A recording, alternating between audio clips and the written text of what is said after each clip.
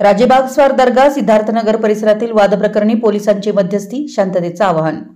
कोल्हापुरातील राजेबागस्वार दर्गा येथे भारत तरुण मंडळाच्या वर्धापन दिनानिमित्त सिद्धार्थनगर कमानीजवळ इलेक्ट्रिक लाईटिंगचे लोखंडी स्ट्रक्चर आडवे लावल्याच्या कारणावरून भारत तरुण मंडळाचे कार्यकर्ते व सिद्धार्थनगर येथील नागरिकांमध्ये वाद होऊन दगडफेक झाली। या घटनेत काही नागरिक तसेच कर्तव्य बजावत असलेले पोलीस अधिकारी व अंमलदार जखमी झालेत। प्रक्षुब्ध जमावाने परिसरातील वाहनांचे नुकसान केले असून एका गाडीला आग लावून सुमारे 1 लाख रुपयांचे नुकसान झाले। या प्रकरणी लक्ष्मीपुरी पोलीस ठाण्यात गुन्हा दाखल करण्यात आलाय। या घटनेमुळे परिसरात तणाव निर्माण झाल्याने पोलीस अधीक्षक योगेश कुमार गुप्ता यांनी तत्काळ उपाययोजना करण्याचे आदेश दिले। अपर पोलीस अधीक्षक बी धीरज कुमार यांनी सिद्धार्थनगर व राजेबागस्वार दर्गा येथे स्वतंत्र बैठक घेऊन नागरिकांना शांतता राखण्याचे आवाहन केले।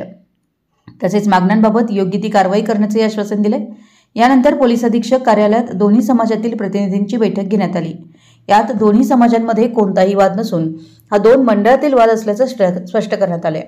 पुढील सण उत्सव एकजुटीने व शांततेत साजरे करण्याचे ठरले असून दोषींवर कठोर कारवाई करण्यास सर्वानुमते सहमती देण्यात आली आहे। बैठकीत 60 ते 70 लोकप्रतिनिधी व शांतता समितीचे सदस्य उपस्थित होते। गणेशोत्सवाच्या पार्श्वभूमीवर पोलिसांनी नागरिकांना सोशल मीडियावर कोणतेही भडकाऊ संदेश, पोस्ट किंवा फोटो प्रसारित न करण्याचे आवाहन केले। तसेच अफवांवर विश्वास ठेवू नये व अफवा पसरवू नयेत असंही सांगण्यात आले। ही बैठक पोलीस अधीक्षक योगेश कुमार गुप्ता, अपर पोलीस अधीक्षक बी धीरज कुमार, उपविभागीय पोलीस अधिकारी प्रिया पाटील, पोलीस उपअधीक्षक तानाजी सावंत, स्थानिक गुन्हे अन्वेषण शाखेचे पोलीस निरीक्षक रवींद्र कळमकर, जिल्हा गुन्हे शाखा पोलीस निरीक्षक प्रवीण खानापुरे, लक्ष्मीपुरी पोलीस निरीक्षक श्रीराम कनेरकर व राजारामपुरी पोलीस निरीक्षक सुशांत चव्हाण यांच्या उपस्थितीत पार पडली।